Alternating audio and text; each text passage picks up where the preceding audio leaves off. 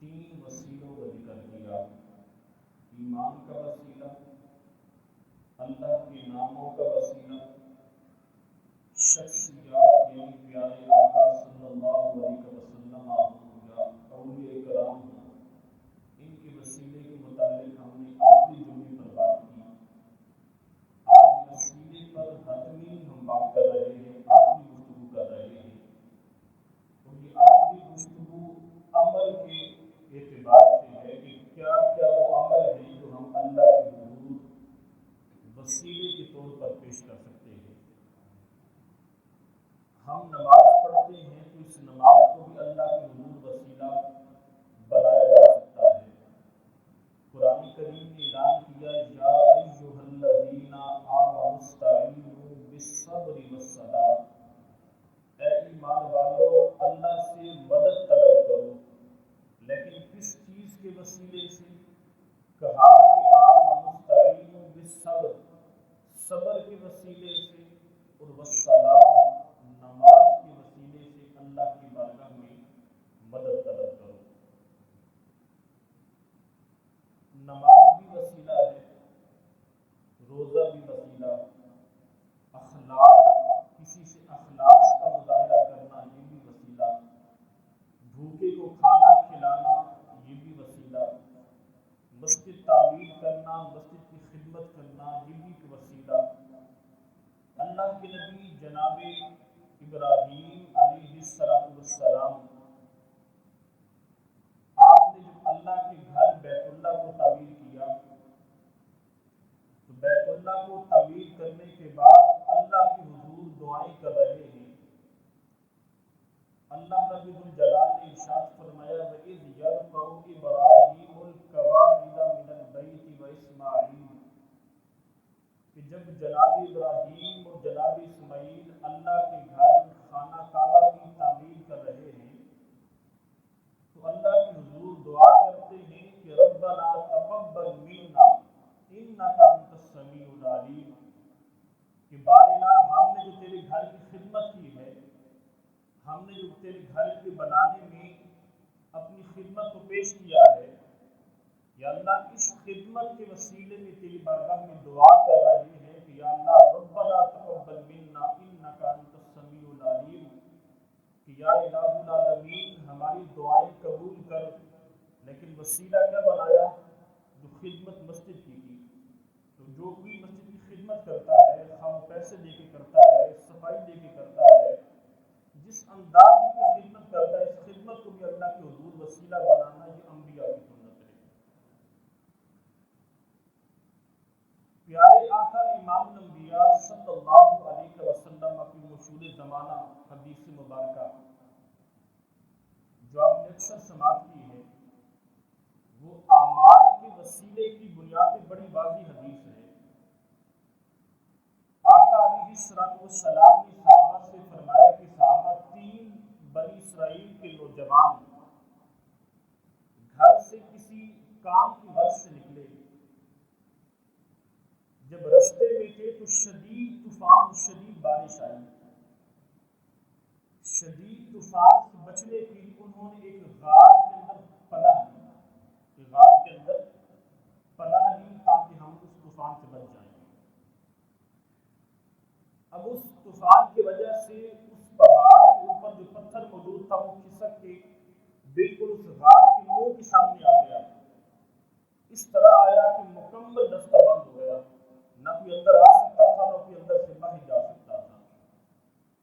وہ پتھر بھی انتہائی بھاری بھرکم تھا، ان تینوں نے بڑی کوشش کی کہ اس پتھر کو ہٹائیں، لیکن وہ پتھر ان تینوں سے نہیں ہٹا۔ اب وہ جانتے تھے کہ یہاں پہ کوئی شخصی وسیلہ نہیں ہو سکتا، یعنی ہم کسی کو آواز بھی دیں تو یہاں کوئی قریب نہیں، کوئی ہماری مدد کو نہیں آ سکتا۔ اب اللہ کے حضور اپنے نیک اور صالح عمل کو پیش کرتے ہیں، اپنے اعمال کا وسیلہ اللہ کے حضور پیش کرتے ہیں۔ ان تینوں نے یہ شرط رکھی کہ ہم وہ عمل اللہ کے حضور پیش کر کے دعا کریں گے کہ جو عمل یقینی طور پہ ہم نے اللہ کی رضا کے لیے کیا۔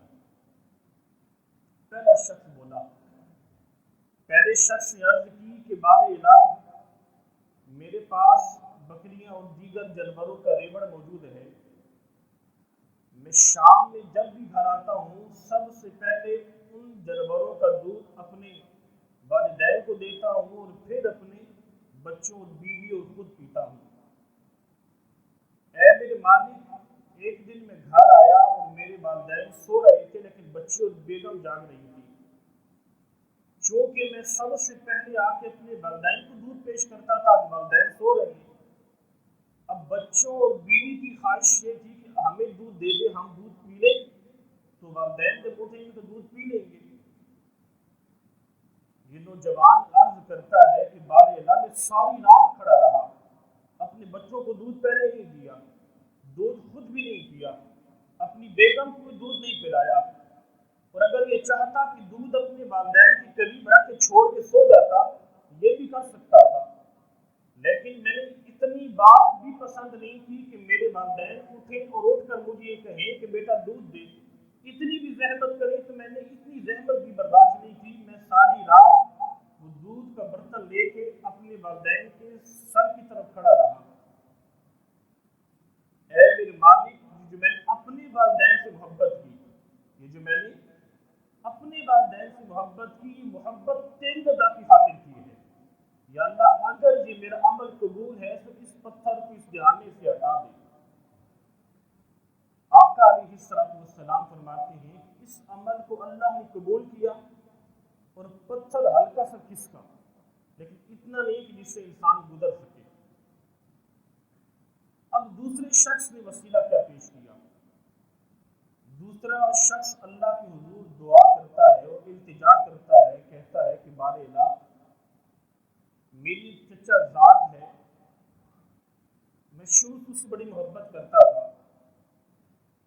لیکن وہ کسی مجبوری کے تحت مجھ سے کچھ مانگنے آئی تو میں نے اس کی شرط کو پورا کرنے کے لیے اپنی ایک شرط رکھی، کہا کہ میں تیری جو ضرورت ہے اسے پورا کر دوں گا، لیکن تیری ضرورت پوری کرنے سے قبل میری شرط یہ ہے کہ تجھے مجھ سے بدکاری کرنی ہوگی۔ وہ عورت پہلے تو نہ مانی، گھر چلی گئی، پھر دوبارہ مجبور ہو کے آ گئی۔ جب دوبارہ آئی تو اس نے دوبارہ اسی خواہش کا اظہار کیا کہ بھئی جو شرط میری ہے اسے قبول کرو گے تو ٹھیک ہے۔ اس عورت نے فقط اس چچا ذات نے اتنا کہا کہ اے اللہ کے بندے، اللہ سے ڈر، اگرچہ ہمیں کوئی نہیں دیکھتا لیکن اللہ کی ذات دیکھنے والی ہے۔ اے میرے مالک، اس کا اتنا کہنا اور میں نے فقط تیری رضا کی خاطر اس سے، اس بدکاری سے خود کو بھی محفوظ رکھا، اس سے بھی محفوظ رکھا، میں اس گناہ سے بچا تیری رضا کی خاطر۔ یا اللہ، اگر یہ میرا عمل تیری بارگاہ میں قبول ہے تو یا اللہ اس پتھر کو ہمارے راستے سے ہٹا دے۔ وہ پتھر مزید کھسکا، لیکن ابھی بھی اتنی گنجائش تھی کہ اس میں سے نکلنا آنا جانا مشکل تھا۔ اب تیسرے شخص نے اللہ کے حضور وسیلہ پیش کیا۔ وہ تیسرا شخص اللہ کے حضور عرض کرتا ہے کہ بار الہ، میرے پاس ایک مزدور نے دہاڑ لگائی، اس نے دہاڑ لیے بغیر مجھ سے جو ہے وہ چلا گیا، میں نے اس دہاڑی کے پیسوں سے کچھ مرغیاں خریدی، پھر اس مرغیوں میں برکت آئی، اللہ نے مزید وہاں سے نعمتیں دی، برکتیں عطا کی، میں نے اس بکریوں کے ریوڑ ان پیسوں سے خرید لیا، حتیٰ کہ پھر مزید برکت ہوئی، مزید جانور خرید لیے۔ اب کچھ عرصے کے بعد جب وہ شخص واپس آیا، وہ مزدور واپس آیا، اس مزدور نے کہا کہ میری اجرت تجھ پر بقایا تھی، تو اجرت مجھے نہیں دی۔ اب اس شخص نے اشارتاً کہا کہ جتنا ریوڑ کھڑا ہے، بکریاں ہیں، بیل ہیں، مرغیاں، سب تیرا ہے۔ اس نے کبھی مجھ سے مذاق نہیں کر، میری ایک دن کی اجرت ہے، میری ایک دن کی اجرت ہے، یہ بکریاں، یہ مرغیاں، یہ بیل، اتنا بڑا ریوڑ، یہ میرا تو نہیں ہو سکتا۔ اس شخص نے سارے کا سارا واقعہ اس نوجوان کو سنایا، اس مزدور کو سنایا کہ بھئی اگرچہ تیری دہاڑ ایک دن کی تھی، لیکن ان دہاڑ کے پیسے سے میں نے ایک دن کی اس تیری پیسوں سے میں نے کچھ مرغیاں خریدی، پھر بکریاں خریدی، اللہ نے مزید برکت دی، سارے کا سارا ریوڑ تیرے ان پیسوں سے ہے۔ اب وہ شخص جو غار میں پھنسا ہوا ہے، اب اس عمل کو اللہ کے حضور وسیلہ بناتا ہے، عرض کرتا اسے تو خبر نہیں تھی کہ میں نے اس کے پیسوں سے اتنا نفع حاصل کیا، یا اللہ اسے فقط اس کے دہاڑ کے پیسے دے کے اس کو چلتا کرتا ممکن تھا، لیکن میرے مالک میں نے اس کے پیسوں سے جتنی بھی برکت سے ریوڑ خریدا سب کچھ استعمال کیا، لیکن میں سب کچھ اس سے دے دیا اس لیے کہ میرے مالک جو تجھ سے محبت تھی میں نے تیری رضا کی خاطر اس کے حصے کا سب اسے عطا کر دیا۔ یا اللہ یہ ہمارے عمل قبول کر لے۔ پہلے نے کیا وسیلہ پیش کیا؟ خدمت والدین۔ پہلا وسیلہ کیا پیش کیا؟ اونچا بولی کیا وسیلہ ہے؟ آج بھی اگر آپ اپنے والدین کی خدمت کریں اور وسیلہ پیش کریں کہ بارے اللہ والدین اگرچہ ہمارے ہیں، والدین اگرچہ ہمارے ہیں، لیکن بارے اللہ ہم اپنے والدین سے محبت تیری رضا کی خاطر کرتے ہیں، اس وسیلے سے دعا کریں، اللہ ہر دعا قبول فرماتا ہے۔ علماء کو بتائے ویسے اللہ نے ہر نماز میں یہ نہیں فرمایا کہ تم دعا کرو ربنا اغفر لی ولوالدی، اس کی اصل وجہ یہ ہے کہ تمہارے والدین زندہ ہو تب بھی یاد رہے، تمہارے والدین دنیا سے چلے جائیں تب بھی ان کی عزت و احترام اس حد تک کرتے رہو کہ والدین قبر کے اندر چلے جائیں تو ان کے لیے بخشش کی دعائیں کرو گے، اللہ تمہارے خزان میں برکت عطا فرمائے گا۔ ایک روایت میں یوں ہے کہ جس شخص کی اگر یہ عادت ہو، کوئی بھی تمنا ہو، کوئی بھی دعا ہو، وہ اپنے والدین کے لیے دن میں فقط ایک مرتبہ دعا کر لے، اللہ اس کے تمام معاملات میں برکت عطا کرتا ہے۔ اس نے پہلا وسیلہ کیا پیش کیا؟ والدین کا۔ دوسرا وسیلہ کیا تھا؟ وہ اللہ کے ڈر سے گناہ سے بچا۔ تیسرا وسیلہ کیا تھا؟ اس نے مزدور کا مکمل اسے حق ادا کر دیا۔ یہ تینوں وسیلے پیش کیے۔ میرے کریم آقا علیہ السلام فرماتے ہیں ان کے تینوں عمل چونکہ اللہ کی رضا کے لیے تھے تو اللہ نے ان تینوں عمل کو سن کے اس غار سے پتھر کو ہٹا دیا، ان تمام کے تمام لوگوں کی جان بچ گئی، تمام لوگوں کی جان بچ گئی۔ یہ ہے عمل کا وسیلہ۔ یہ کیا ہے؟ ہمارے ہاں گھروں میں تسبیحات پڑھی جاتی ہیں، درود شریف کا ورد ہوتا ہے، الحمدللہ آیت کریمہ پڑھی جاتی ہے۔ آیت کریمہ کی وجہ سے ہی بلکہ حضرت یونس علیہ السلام اللہ کے پیغمبر ہیں، اللہ کے نبی جناب یونس نے کئی عرصے تک اپنی امت کو تبلیغ کی، پیغام حق سنایا، وہ قوم نہیں مانی۔ اللہ نے فرمایا کہ یونس تیری قوم کے پاس صرف 3 دن ہے، تیری قوم کے پاس صرف 3 دن ہے، اگر 3 دنوں میں میری طرف رجوع نہیں کرتے، میری وحدانیت پر یقین نہیں کرتے، ان پہ عذاب دے دوں گا جیسے نوح پر عذاب بھیجا، نوح کی قوم پر عذاب بھیجا۔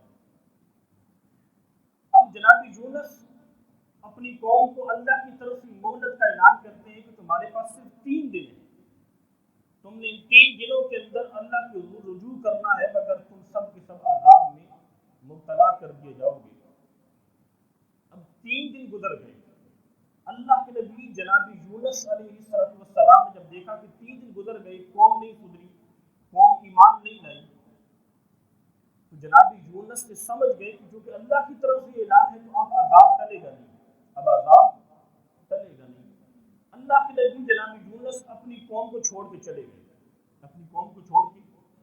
یاد رکھیں نبی وہ ہوتا ہے کہ نبی ایک ایک جملے کے لیے، ایک ایک کلام کے لیے، ایک ایک اٹھنے والے قدم میں اللہ کا محتاج ہم بھی ہیں، لیکن ہم محتاج ہیں، لیکن ہمیں اللہ حکم نہیں دیتا کہ تم نے قدم اٹھا کے کہاں بازار میں کب جانا ہے اور دکان پہ کب جانا ہے، گھر کب جانا ہے، لیکن نبی وہ ہے کہ ان ہوا الا وحی یوحی، نبی بولتا بھی تب ہے کہ جب اللہ کی طرف سے وحی آتی ہے۔ جناب یونس نکلے، اللہ نے حکم نہیں دیا، اللہ نے حکم نہیں دیا۔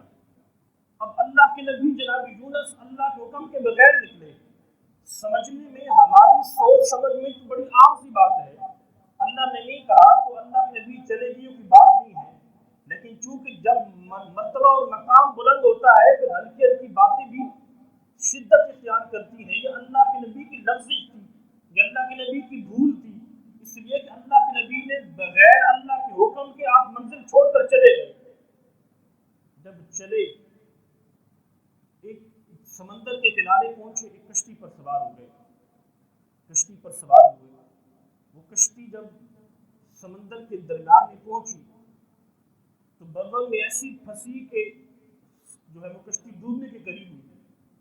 اب وہ جتنے لوگ بیٹھے تھے ان تمام کے تمام لوگوں نے آپس میں فیصلہ کیا، اور ان کے ہاں یہ بات رائج تھی، روایت میں آتا ہے کہ ان کے ہاں یہ بات رائج تھی کہ بھئی کشتی تب ڈوبتی ہے کہ جب کوئی غلام اپنے مالک کے بغیر آتا ہے، یا عام لوگوں میں کہیں تو کوئی باغی، یعنی جو اپنا مالک کا باغی آتا ہے.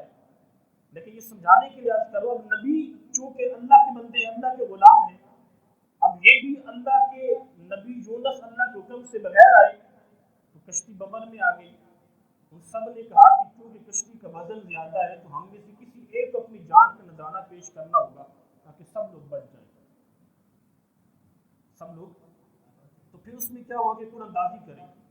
ویسے کوئی شخص کودنے کو تیار نہیں تھا. قرآن اندازی کی، اللہ کے نبی جناب یونس کا نام نکلا. اللہ کے نبی جناب یونس کا جب نام نکلا تو سب لوگوں نے کہا تو اللہ کے نبی یونس ہیں، یہ تو بڑے بادر، بہت بڑے بادشاہ انسان ہیں، ان سے بلا ہم انہیں ایسا کیوں کریں، دوبارہ پورا کرتے ہیں. انہوں نے دوبارہ قرآن اندازی کی. قرآن نے ذکر کیا یہ سارے کا سارا واقعہ. دوبارہ قرآن اندازی میں اللہ کے نبی جناب یونس کا پھر نام نکلا. انہوں نے کہا نہیں، تیسری بار پھر قرآن اندازی کی جائے. پھر قرآن اندازی کی، پھر جناب یونس کا نام نکلا. یہ اللہ کی طرف سے حکم تھا کہ یہ 1000 بار بھی کرتے تو 1000 بار جناب یونس کا نام نکلنا تھا. اب جناب یونس نے سمندر میں چھلانگ لگائی. وہ سمجھ گئے کہ اب فیصلہ میرے حق میں ہی ہے، میں چھلانگ لگا دوں. اب جو ہی جناب یونس علیہ السلام نے چھلانگ لگائی، ایک بہت بڑی مچھلی نے آپ کو نگل لیا. مچھلی نے آپ کو، چھوٹی مچھلیاں کوئی بھی چیز جب منہ میں لیتی ہیں تو چباتی ہیں، لیکن بڑی جو مچھلی ہوتی ہے، بیل مچھلی، جو بڑی مچھلی ہوتی ہیں وہ ہر چیز کو نگل لیتی ہیں. نگلنے کے بعد ان کے معدے کے اندر کتنی حدت اور شدت ہوتی ہے کہ معدے میں خود بخود وہ ہر چیز جو ہے وہ ہضم ہو جاتی ہے. اب اللہ کے نبی کہا ہے، قرآن کریم نے فرمایا کہ 3 اندھیرے ہیں، پانی کا اندھیرا، رات کا اندھیرا. اللہ کے نبی کس کے پیٹ کے اندر ہے؟ مچھلی کے پیٹ کے اندر، وہاں بھی اندھیرا. ان 3 اندھیروں کے اندر اللہ کے نبی جناب یونس موجود ہیں. قرآن کریم اعلان کر رہا ہے کہ ہم نے جناب یونس سے یہ سب کچھ جو ہوا یہ اللہ کی بارگاہ سے لفظش کی، بول کی، اس کی وجہ سے کیا، اس کی وجہ سے کیا. اب قرآن کتنی سخت لفظ استعمال کر رہا ہے. قرآن کہتا ہے لَلَبِثَ فِی بَطْنِهِ إِلَىٰ یَوْمِ یُبْعَثُونَ. ہم یونس کو تب تک مچھلی کے پیٹ سے نہ نکالتے، یوم یبعثون کہتے ہیں کہ جب مردے قبر سے زندہ اٹھا نہ لیے جائیں. قیامت کے بعد جب مردے زندہ قبروں سے اٹھیں گے، اللہ فرماتا ہے کہ میں تب تک جناب یونس کو مچھلی کے پیٹ سے نہ نکالتا. لیکن اللہ نے نکالا تو ہے، اللہ نے نکالا تو ہے. وجہ کیا بنی؟ ارشاد ربانی ہوا فلولا انہ کان من المسبحین. ربی ذوالجلال نے فرمایا اگر میرے یونس میری تسبیح کرنے والے نہ ہوتے، میری جانب ذکر کو وسیلہ نہ بنانے والے ہوتے، لَلَبِثَ فِی بَطْنِهِ إِلَىٰ یَوْمِ یُبْعَثُونَ. میں کبھی بھی یونس کو مچھلی کے پیٹ سے قیامت تک نہ نکالتا. لیکن برادرانی گرامی قدر وہ کیا ذکر ہے، وہ کیا تسبیح ہے. برادرانی گرامی قدر سورۃ الانبیاء کے اندر اعلان فرمایا جناب یونس نے یوں اللہ کی بارگاہ میں دعا کی، عرض کی بارے لا الہ الا انت سبحانک انی کنت من الظالمین.